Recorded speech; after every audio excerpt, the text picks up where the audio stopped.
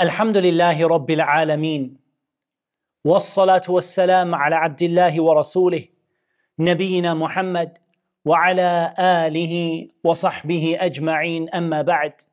Welcome to everyone. We ask Allah subhanahu wa ta'ala, Allahumma allimna ma yanfa'una وانفعنا بما علمتنا وزدنا علما برحمتك يا أرحم الراحمين.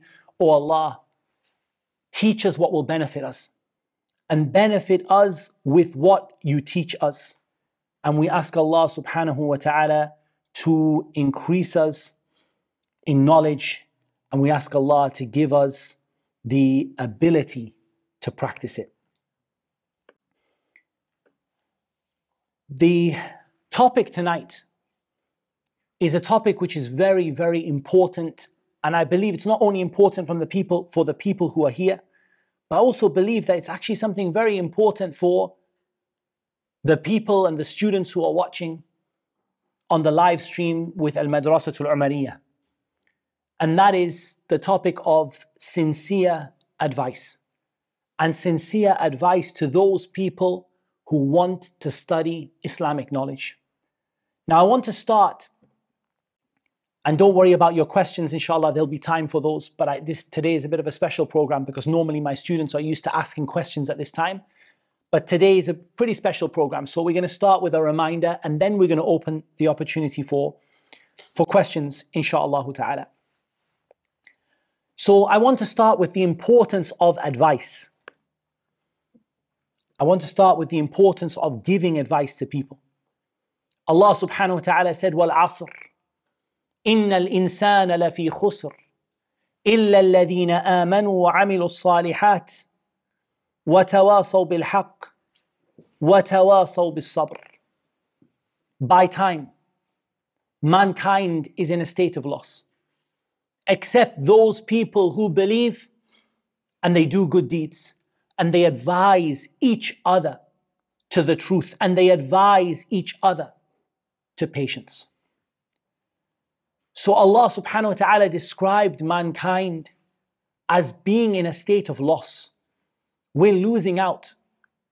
We're losing the dunya and the akhirah, this world and the next, if we don't have iman, and if we don't have righteous actions, and if we don't give each other advice.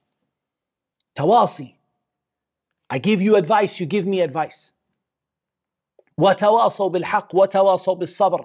They give advice, calling the people to what is true, advising people to what is right, and advising one another to be patient. And the Prophet ﷺ said in the very famous hadith, Ad-Din An-Naseeha, this religion is about behaving sincerely towards people. Sometimes people translate this hadith a little bit incorrectly. They translate it as the religion is giving advice. But An-Naseeha here doesn't mean giving advice. It means behaving sincerely, acting sincerely towards people. قَالُوا لِمَنْ يَا رَسُولَ اللَّهِ. They said, to whom should we behave sincerely? Should we act sincerely? Towards whom should we act sincerely? Who should we act sincerely towards? قَالُوا لِلَّهِ. To Allah. قَالَ لِلَّهِ sallallahu alayhi wa sallam. He said, to Allah. وَلِرَسُولِهِ. And to His Messenger. He said, first of all, to Allah. قَالَ لِلَّهِ وَلِكِتَابِهِ. And to His book, to the Quran. وَلِرَسُولِهِ. And to His Messenger. وَلِأَئِمَّةِ الْمُسْلِمِينَ وَعَامَّتِهِمْ. And the leaders of the Muslims and the general people. And that means we have to give each other sincere advice. We have to be sincere. لا يؤمن أحدكم حتى يحب لأخيه ما يحب لنفسه. None of you believe until you love for your brother what you love for yourself. And there is nothing more important in this religion after entering it and bringing the basic requirements of it. There's nothing more important than gaining beneficial knowledge in it.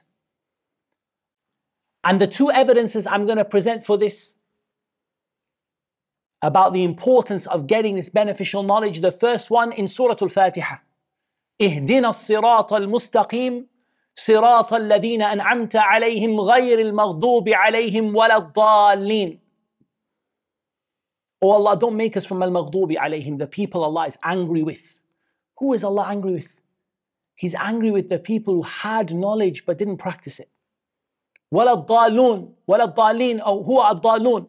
الضَّالُونَ are the people who didn't have knowledge in the first place. In that way, what is the sirat al-mustaqim then? It is beneficial knowledge and putting it into practice. The second evidence, the statement of Allah Azza wa Jal, هو الذي أرسل رسوله بالهدى ودين الحق ليظهره على الدين كله وكفى بالله شهيدا. He is the one who sent his messenger with guidance and the religion of truth to make it superior over all other religions. And Allah is sufficient as a witness. What does it mean, guidance here? Al-ilmu nafi', beneficial knowledge. What does the religion of truth mean? Righteous actions. And I'll bring a third evidence. It is not possible to do any action in Islam unless you have knowledge of it. فَاعْلَمْ أَنَّهُ لَا إِلَهَ إِلَّا اللَّهُ وَاسْتَغْفِرْ لِذَنْبِكَ. Know that there is no God worthy of worship except Allah, and then seek forgiveness for your sins. So before seeking forgiveness, Allah commanded the Prophet ﷺ to have knowledge before seeking forgiveness. So knowledge comes before every single thing. And based on these things, we say that it's extremely, extremely important for us to dedicate some of our time to learning our religion properly. Now, don't get me wrong. There are levels of that. There is a minimum level, and a level which you learn that which is the absolute minimum you need to survive. There is a level above that where you learn what you need to fulfill the obligations and keep away from that which is haram. And there's a level above that, and that is the level of voluntary seeking knowledge. I want you to think about something. The amazing, and it's really a very long hadith. The long hadith of Abu Darda. When a man came to him all the way from Medina, he said, لِحَدِيثٍ بَلَغَنِي أَنَّكَ تُحَدِّثُهُ عَنْ رَسُولِ اللَّهِ صَلَّى اللَّهُ عَلَيْهِ وَسَلَّمَ. I've heard you're telling a hadith from the Prophet ﷺ, so I came all the way from Medina just to listen to this one hadith. قَالَ مَا جِئْتَ لِحَاجَةٍ. He said, you didn't go for any reason other than that. The man said, مَا جِئْتُ لِحَاجَةٍ. I didn't come for anything else. I just came to hear a hadith from you. He said, فإني سمعت رسول الله صلى الله عليه وسلم يقول من سلك طريقا يطلب فيه علما سلك الله به طريقا من طرق الجنة. Whoever goes out on a path to seek knowledge, Allah will take him on a path to Jannah. In some of the narrations it mentions سهل الله له به طريقا إلى الجنة أو كما قال. Allah will make his path to Jannah easy. وَإِنَّ الْمَلَائِكَةَ لَتَضَعُ أَجْنِحَتَهَا رِضًا لِطَالِبِ الْعِلْمِ. The angels put their wings down out of pleasure for the student of knowledge. When the angels see the student, the person just goes out. We're not saying the alim, we're not talking about the great scholar of Islam. The angels see somebody going out to learn Islamic knowledge. The angels put their wings down for you. They put their wings down for you out of pleasure for what you're doing. وَإِنَّ الْعَالِمِ لَيَسْتَغْفِرُ لَهُ مَنْ فِي السَّمَاوَاتِ وَمَنْ فِي الْأَرْضِ وَالْحِيتَانُ فِي جَوْفِ الْمَاءِ. The scholar, and in some narrations the talib al-ilm, everything in the heavens and the earth asks Allah to forgive them, even the fish in the sea. وَإِنَّ فَضْلَ الْعَالِمِ عَلَى الْعَابِدِ كَفَضْلِ الْقَمَرِ لَيْلَةَ الْبَدْرِ عَلَى سَائِرِ الْكَوَاكِبِ. And the virtue of the scholar over the worshipper. Notice he didn't say the virtue of the scholar over the fasiq, over the one who is disobedient. the virtue of the scholar over the abid, the one who prays all day and night and fasts, is like the virtue of the moon on the night that it's full versus all of the tiny stars in the sky. Why is that? Because the benefit of the alim and the talib ilm is naf'un muta'addin. It's a benefit that goes for everybody. He benefits himself, she benefits herself, and they benefit all the people around them as well. Whereas the abid, even if he fasts every single day that it's permissible to fast, and even if he prays from Salat al-Isha until Salat al-Fajr, he only benefits himself. He does a lot of good for himself, but he only does good for himself. But the alim corrects a community, a masjid, a city, a region, a country. Rather, some of our ulama, their influence has been felt in the entire world, wallahi. And it's not an exaggeration. That there are some of the ulama, their influence has been felt from the furthest place east to the furthest place west. One person, not a prophet, just someone who learned knowledge and shared it with the people. وَإِنَّ الْعُلَمَاء وَرَثَةُ الْأَنْبِيَاءِ. The scholars are the inheritors of the prophets. And that's why some of the early generation said, I do not know after the level of nubuwah, of prophethood, anything higher than for a person to be a person of knowledge, yani a scholar. And that's the highest level that a person can be after the level of prophethood. Because they're the inheritors of the prophets. And the prophets did not leave behind dinar wala dirhama. لم يورثوا دينارا ولا درهما. They didn't leave behind gold and silver coins. ورثوا العلم. They left behind knowledge. فمن أخذه أخذ بحظ وافر. So whoever takes it has taken a great portion of good. And Allah subhanahu wa ta'ala said, وَمِنَ النَّاسِ وَالدَّوَابِّ وَالْأَنْعَامِ مُخْتَلِفٌ أَلْوَانُهُ كَذَلِكَ إِنَّمَا يَخْشَى اللَّهَ مِنْ عِبَادِهِ الْعُلَمَاءِ إِنَّ اللَّهَ عَزِيزٌ غَفُورٌ. Allah said, from among man and from among the creatures and the livestock, there are people of different colors like that. And it's from the signs of Allah. And then he said, no one will be scared of Allah except the scholars. No one fears Allah except the scholars. Because al-khashya, what is it? It is al-khawf. It's fear along with knowledge of what you're scared of. You know what you're scared of. A person can be scared of something, but they don't know the reality of it, right? They don't actually know the reality of what they're scared of. Like someone who is scared of a spider or a stinging insect. But that's not like the one who is like the expert in the animal, and he knows about its poison and he knows about what it is and he knows everything about it. One person is just scared based on what he's heard, one person knows what they're scared of. وَلِلَّهِ الْمَثَلُ الْأَعْلَى. And Allah subhanahu wa ta'ala, His example is the greatest of all, and He cannot say anything greater. For you to know Allah and to fear Allah based on that knowledge, that is one of the reasons why Allah created you. الله الذي خلق سبع سماوات ومن الأرض مثلهن يتنزل الأمر بينهن لتعلموا أن الله على كل شيء قدير وأن الله قد أحاط بكل شيء علما. Allah, who created 7 heavens and from the earth the likes of them, His command goes between them so that you may know. He created the 7 heavens and the earth so you know Him. That Allah is able to do all things and that Allah has created everything in His knowledge. And Allah commanded the Prophet ﷺ to ask for more knowledge. وَقُلْ رَبِّ زِدْنِي عِلْمًا. My Lord, give me more knowledge.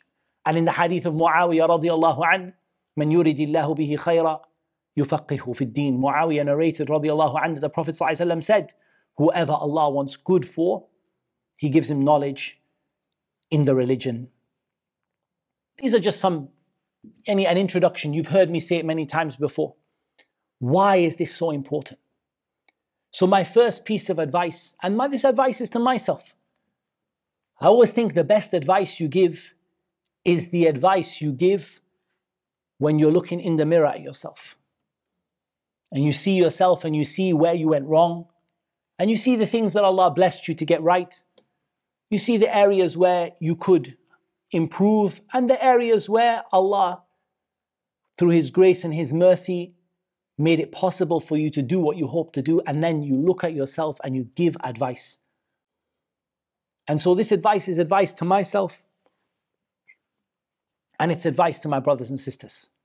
The first piece of advice is to realize the importance of this knowledge and to realize what it's worth and to realize that this life is too short to waste it with this dunya. Ad-dunya hulwatun khadira.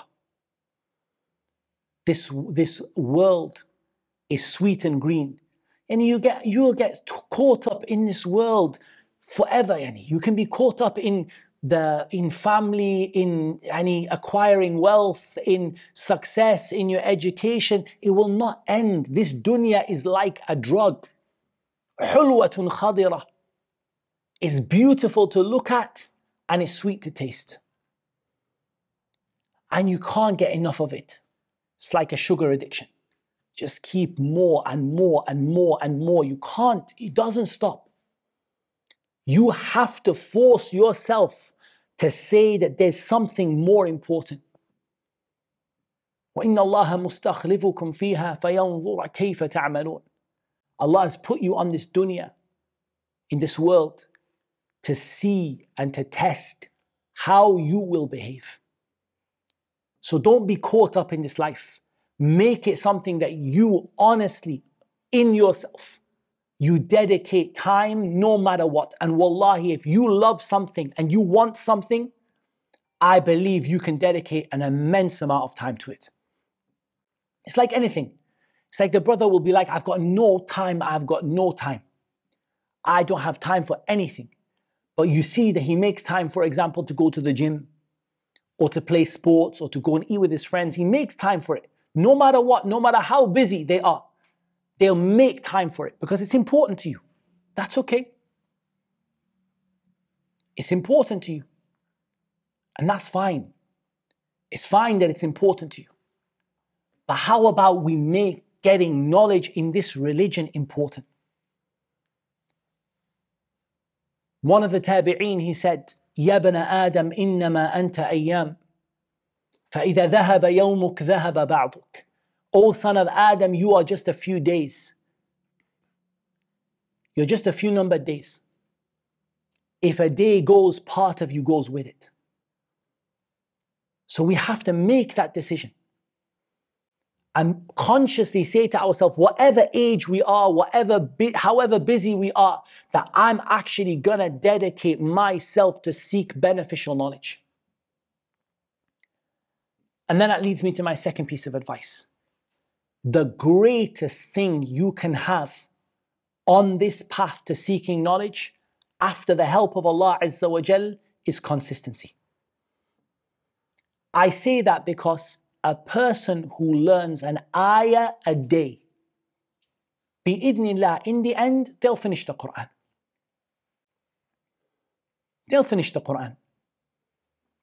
It might take them 30 years. It might take them 25 years, but in the end, they'll finish it. But the person who memorizes 2.5 pages and then goes to sleep for 2 years and doesn't do anything, that person might never finish anything at all. How many students, I could tell you the statistics for Al-Madrasatul Umariyah. Alhamdulillah, we have a good number of students. The statistics are shocking. And I say this to the brothers and sisters online. The statistics are shocking. Students sign up. SubhanAllah, they pay money. I mean, at the end of the day, it's not easy for them. And they give some of their money, their time and everything. They sign up. Within a very, very short space of time, 1 month, 2 months, 3 months, it's like a cliff drop. No more watching videos, no more connection, no more study. The problem is consistency. It's being consistent. It's like anything. It's like anything you want to set your goal, your mind to in this life. Whatever it is, whether it's fitness or health or anything. You want to set you want to set education or whatever. If you're not consistent in it, you might have times where you achieve a lot, but overall, you're not achieving anything. You're just, your graph is not, it's not going up like that. What's happened is going a little bit up, down, a little bit up, down, a little bit up, down, and in the end, it's kind of flat overall. Consistency is more important than quantity.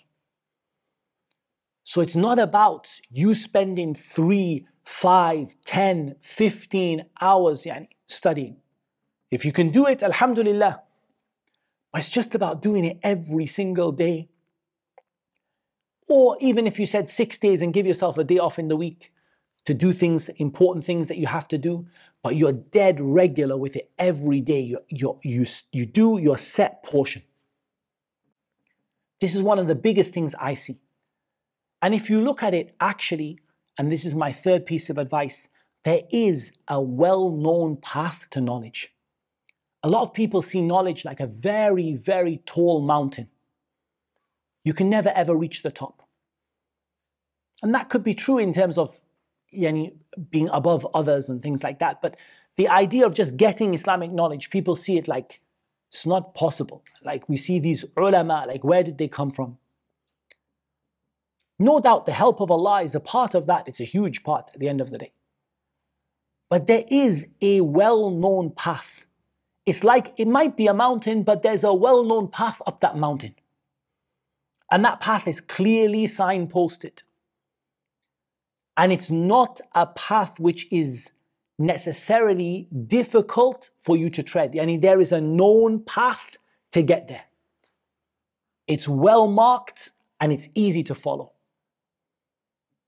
So you shouldn't see this to be something impossible. And I can promise you, it doesn't need you to get accepted to a university in Saudi Arabia or elsewhere. Some people feel like that, right? In their mind, if I get accepted to Medina, then I can be a person of knowledge. But that's not correct. That's not actually a good way of thinking about it. It's not because how can it be that this knowledge that is worth so much, it's only available in one tiny place in the whole world? Or 2 or 3 or 5 or 10? Rather, it's a mentality first of all. It's a mentality. It's about you deciding who you want to be in the end.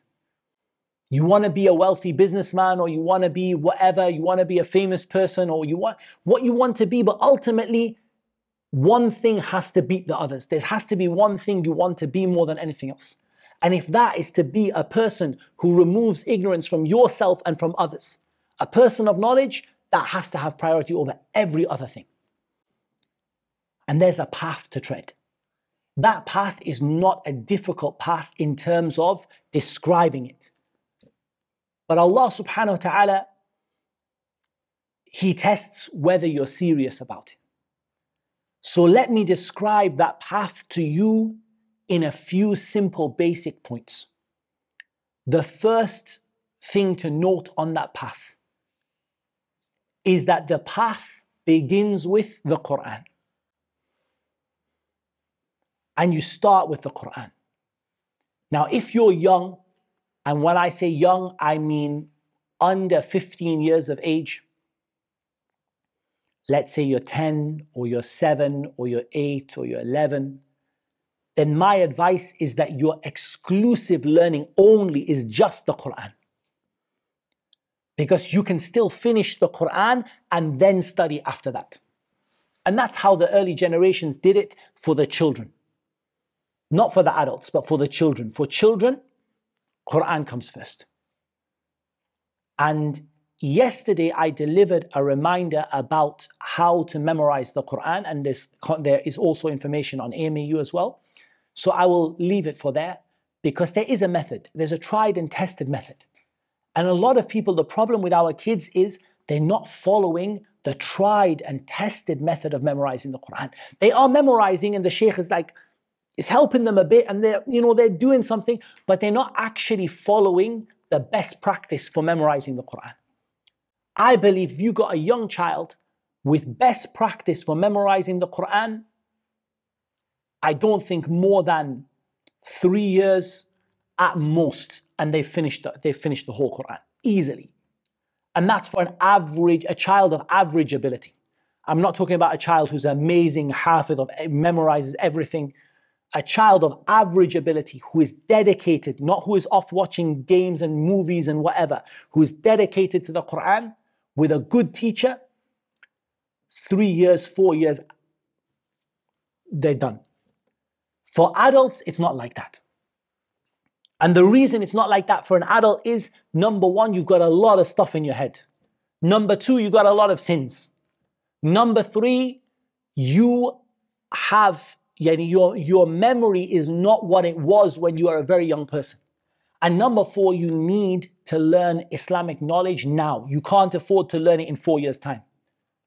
You need to learn the issues, the rulings of Islam today, not in 4 years' time. So for the adult, we're going to say the Quran goes along with your Islamic studies. And so maybe it will take you a bit longer, might take you 6 or 7 years, might even take you 10 years. But along with that, you're studying your Islamic studies as well. The second description of the path, it begins with the Quran. Even for the adult, I would say, until you at least memorize Juz Amma, at least, you really shouldn't be doing anything else. Make a good start for yourself. And then now when you've got a habit of memorizing the Quran properly, now you can start your other sciences. The next description on the path. Break Islam down into sciences. Don't say Islam like that. Aqidah, Hadith, Fiqh, Arabic language, and so on. Each one of those sciences, you need to achieve a core competency in every single one of them. Does that make sense? You cannot be ignorant in any of them. You cannot just learn hadith. You have to have a core competency. You don't have to be an expert, but you have to have a core competency in every single one of them. Does that make sense? Every single one. And in this core competency, it's made up of two things. It's made up of what you learn and what you memorize. Now, no doubt for adults, our memory is not great. We might only memorize a little bit, but we have to memorize something, right? Because otherwise what happens? You sit in front of the people, and if the battery dies on my iPad, Allahul Musta'an. I'm sorry, brothers, the battery has died on my iPad. There's no lecture today. Like that. That's not how we want it to be, right? Because it's not about the lecture. What about if you're out and a mas'ala, an issue happens to you right now, the water runs out. Akhi, can I make tayammum? My battery's dead. I don't know. Yeah, that's no good. You have to carry that knowledge with you. Now, no doubt we're all different in memorization. Some people are going to memorize the amount of the Quran again in their core competencies. They're going to, the equivalent length of the Quran, they will memorize the same amount of content again in hadith and seerah and Arabic language and all of that. Some will memorize even more. Some will only memorize a few pages in each one. But at least you have something that you have kept in your head from each one. Now, how do we go about it? I would say that precedence should be given for non-Arabic speakers. Precedence should be given along with the Quran to learning the Arabic language. The reason I say is when you have Arabic, your life will change. That is a promise bi-idhnillahi ta'ala. Your entire life will change. Because what will happen now, you can access the scholars, the books of the scholars. Suddenly, you don't want to listen to Muhammad Tim anymore. Walillahi alhamd. I've got something better. So we need to get Arabic in there.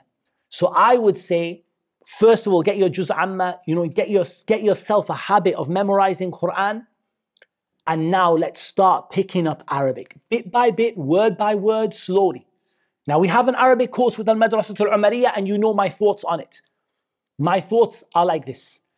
Focus yourself on vocabulary, because you don't need a teacher. Just put yourself 5-10 words a day and learn 5-10 words. Everything in the room, you can point to it. That's what that is, that's what that is, that's what that is, that's what that is, that's what that is. You can point to everything and you can give a name for it. Learn very simple sentences first. Don't start with grammar and complexities and all of this very basic, simple stuff. But focus on getting it right, being accurate in it. Because in the beginning, if you're just making mistakes all the time, it takes time. So start with just concentrating on accurate sentences, just very simple, small sentences that you can make. Build up little bit by little bit, vocabulary and all of that.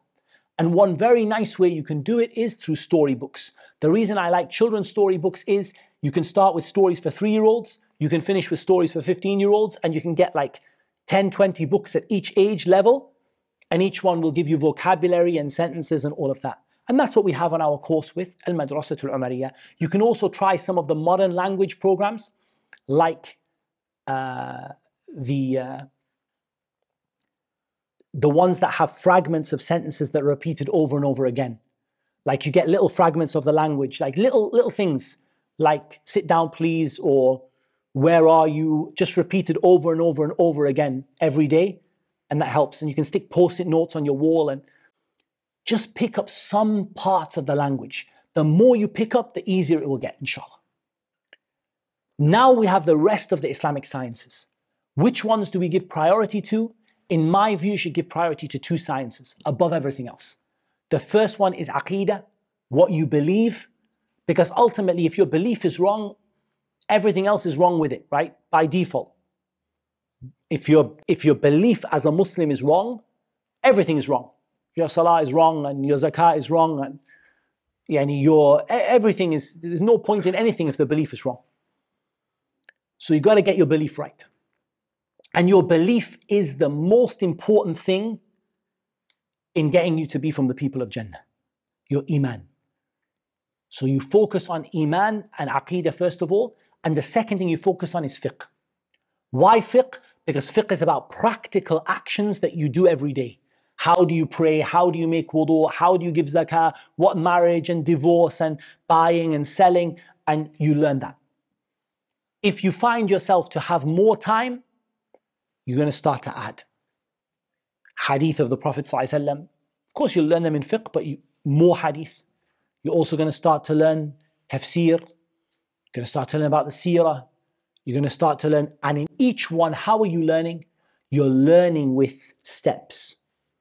Start at the basic level, beginner's level, intermediate level, advanced level, and so on. All of this, when we say advanced, I don't mean advanced as in specialist.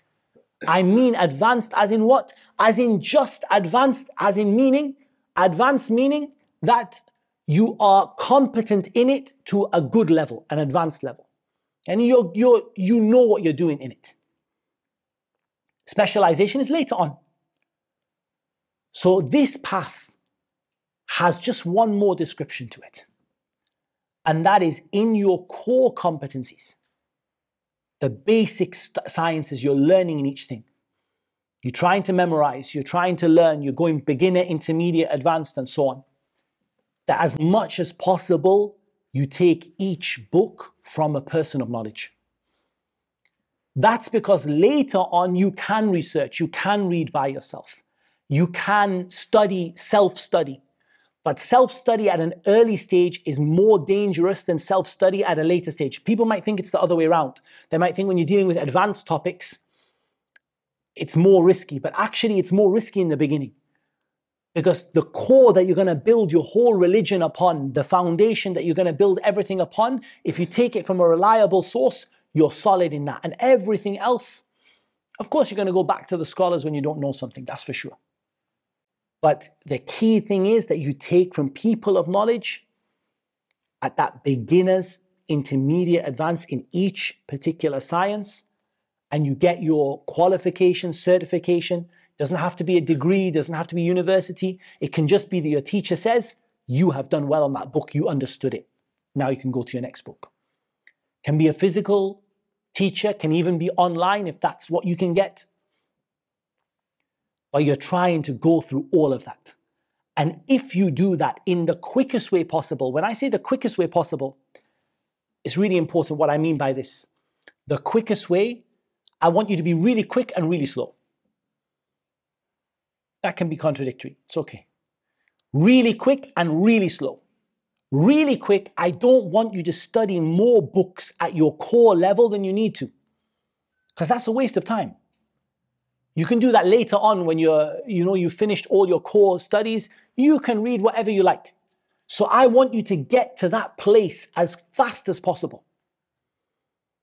Does that make sense? I want you to get from beginning to competent in all of the sciences in the shortest road possible, because it gives you the most chance to be able to finish it, right?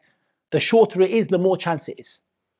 So I believe, honestly, inshallah ta'ala, 5 years, 7 years, you can finish your core competencies in a very good way with minimal amount of, maybe in every science you take 3-4 books and you're done. 3-4 books in Aqeedah, 3-4 books in Hadith, 3-4 books in Fiqh, and you can get a good amount, maybe a bit more, maybe it ends up 5, 6, 7, but it's not impossible for you to do. Why do I want you to slow down? I want you to slow down in taking what you can manage each day. Don't look at the goal in the future. Don't say, oh, no, now I'm not going to take 5 years, I'm going to take 6 years. Oh, no, now I've gone to 6.5 years. Now it's going to take me 6 years and 9 months. Don't worry about that. Take as much each day as you can easily manage. Even a year of study, good study, you'll be a different person. A different person for yourself and a different person for your community, inshallah ta'ala. I have just a few pieces of advice before we open up for questions, inshallah ta'ala. The time is very short, but one thing I want to advise you is, what is our goal in learning? Is it to be famous? Is it to be a well-known person or a public speaker or whatever it might be? It's like an Imam Ahmed said, أن ينوي رفع جهل عن نفسه وعن غيره. That you want to remove ignorance from yourself. You want to remove ignorance from other people. That's what you want to do. It doesn't, any people knowing you or not knowing you is not important. In fact, knowing you can be worse sometimes than not knowing you. But you are a person who really, honestly corrects yourself and you help the people around you. And in this, it's very important, my brothers, that you don't be stingy and keep this knowledge to yourself. When you get it, you share it with your family, you share it with your kids, you share it with your siblings, you share it with the brothers around you. But in every time that you share it, you are so careful that you know what you are saying. Because one of the big calamities I see among students today is I see a lot of students, wallahi, a lot of students who start talking about things they don't understand. And sometimes, my kids come to me and say, Dad, I was with these brothers and they were talking about this mas'ala and they were saying about this issue and this issue. And sometimes I tell him, call those brothers and tell them that I asked my dad and my dad said to them, stop speaking. You don't know what you're talking about. Wallahi, you don't know what you're talking about. You're just talking. Don't do that. It's dangerous, wallahi. When you speak with something you are sure of and you have salaf for it. You have people before you who said it. You have scholars who've said it and you know what you're saying. I'm not saying you have to be a big alim. I'm saying you speak, you know what you're saying. And you're sure and you have people before you who said it. Then you're going to be fine. But if you're saying something just because, well, I personally think that, your personal thoughts don't count for anything. What counts is what the early generations thought, what the great scholars of Islam thought, what the imams of Islam thought. And you and me, what we personally think about an issue is not important. And it's dangerous. وَأَن تَقُولُوا عَلَى اللَّهِ مَا لَا تَعْلَمُونَ. That you speak about Allah, something you don't have proper knowledge of. This is very important. Connected to this, a sincere piece of advice. We need to practice what we preach. And wallahi, anyone who doesn't practice what they preach, wallahi, in the end, Allah subhanahu wa ta'ala will disgrace that person. وَالْعِيَاذُ بِاللَّهِ. In the end, one way or another, Allah will expose that person. You have to practice what you preach. If you're not willing to practice what you preach, slow down. Take your knowledge a bit more slowly until you can practice what you're learning. Otherwise, if you're not practicing it, it doesn't count for anything in the sight of Allah subhanahu wa ta'ala. أَمَّنْ هُوَ قَانِتٌ آنَاءَ اللَّيْلِ سَاجِدًا وَقَائِمًا يَحْذَرُ الْآخِرَةَ وَيَرْجُو رَحْمَةَ رَبِّهِ قُلْ هَلْ يَسْتَوِي الَّذِينَ يَعْلَمُونَ وَالَّذِينَ لَا يَعْلَمُونَ إِنَّمَا يَتَذَكَّرُ أُولُو الْأَلْبَابِ. The one who prays at night, the one who stands at night, the one who's scared of the akhirah, the one who makes their feet sore standing at night praying. That's the person of knowledge. Not the person who has a big library at home. Not the person who's read many books. Ijazat, yani, to be honest, if you've got 5 minutes, you can go and collect a couple hundred of them just driving around by visiting people here and there. And it's not something very... What matters is your ijazah is what you do. That's your ijazah. It's not a piece of paper. Otherwise, sometimes you can go to, in ijazat, sometimes you go to Sheikh, you meet him in the restaurant. Say, Sheikh, I always wanted to take your ijazah in this book. I've given it to you. Okay, alhamdulillah. Shall we drink our tea now? Doesn't count. But what really counts is what you practice. What you put into practice in your life and you do it day in, day out. That's what counts in the sight of Allah Azza wa Jalla. I'll come back to the point that I made earlier. Consistency. Even if you just learnt one mas'ala a day. Any average people don't know many issues at all. If you just learnt one mas'ala in fiqh every day, how many masail until you finish a main book of fiqh? Few thousand? Wallahi, it's short time, it's not that long. In a few years, 5, 6 years, one mas'ala a day and you will be Mufti Dar, the Mufti of the city. One mas'ala every day. For subhanAllah, it's not like that path is unknown. It's not like it's something impossible for people to do. But wallahi, you've got to keep moving one foot after the other and one foot after the other. And you've got to know that shaitan is going to come and try to take you away from that path. And he's going to distract you with two things. Shahawat and shubuhat. He's going to distract you with your desires. Not necessarily even desires for haram. Could be even desires for that which is mubah, which is halal. But he's going to distract you and make you busy. And he's going to confuse you or try to confuse you.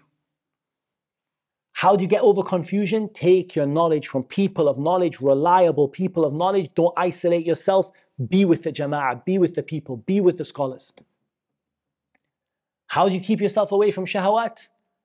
The more that you learn, the more you practice, the more that you ask Allah to keep you safe and you ask Allah for His guidance and you make tawbah and istighfar, and you keep trying and you keep doing good deeds after bad ones. So Allah subhanahu wa ta'ala guides you to keep putting one foot in front of the other. And keep away from ar-riya and as-sum'ah, doing things for people to say that this person is a alim, this person is a scholar, this person is a talib ilm, this person is masha'Allah, knowledgeable. Or a person to see you and think something of you. How many people are anonymous on the earth, but all the angels in the heavens know their name. And how many people are famous on the earth? And if you were to ask the angels about them, they say, Man had. Who is it? We don't know who he is. For what counts is Allah subhanahu wa ta'ala. It doesn't count what people know about you or don't know about you. There's a statement from Imam Ahmad, if I remember it rightly, and I'll finish with this. People asked Imam Ahmad about this issue of people praising you and knowing you and all of that. He said if a person knows themselves, the praise and the criticism of the people doesn't affect them in the wrong way. It doesn't affect them like that. If a person knows themselves, and if someone praises you, say, Akhi, wallah, صراحة, you don't really know me. And if you knew me, wallahi لو علموا قبيح سريرتي لأبى السلام علي من يلقاني ولا أعرضوا عني وملوا صحبتي ولا بؤت بعد كرامة بهواني. If people knew the reality of what I'm like, they wouldn't even give salam to me when they met me. And they would have turned away from me and given up on my companionship. and I would have been disgraced after Allah had honored me. That's what the poet said, and that's the reality. And when a person criticizes you without right, that happens too. People get jealous and criticize without right. Don't let it bother you. Just put one foot in front of the other. Keep on going. And to the students at Al-Madrasatul Umariyah, you have a course in front of you. You have teachers in front of you. You have everything you need literally given in front of you onto your phone or your device. It comes every day like that, ready to go. Just put one foot in front of the other. That's all. Keep on going. There'll be things you don't understand. What do you do when you don't understand? Pray 2 raka'at. Ask Allah subhanahu wa ta'ala to guide you to understand this mas'ala. This knowledge is heavy. This knowledge is qawlan thaqila. It's a heavy, weighty knowledge on your shoulders. There'll be times it's a little tough. There'll be times you get it wrong. But with sincerity to Allah, following the sunnah of the Messenger of Allah sallallahu alaihi wasallam, and the way of the early generations, just keep putting one foot in front of the other, and you will get there bi-idhnillahi ta'ala. Those are just some words of advice. Words of advice from someone who saw a lot of people studying, and some people did it very, very well, and some people didn't do it so well. So I tried to give you something to help you, inshallah, and motivate you into it. And don't let someone sit here and say, this is not for me. I worry about that. 1 or 2 people sitting there like, it's not for me. I'm not a knowledgeable person. Why not? Why can you not be a person of knowledge? All you have to do is want it for yourself. Ask Allah for His help and start putting one foot in front of the other bi-idhnillahi ta'ala.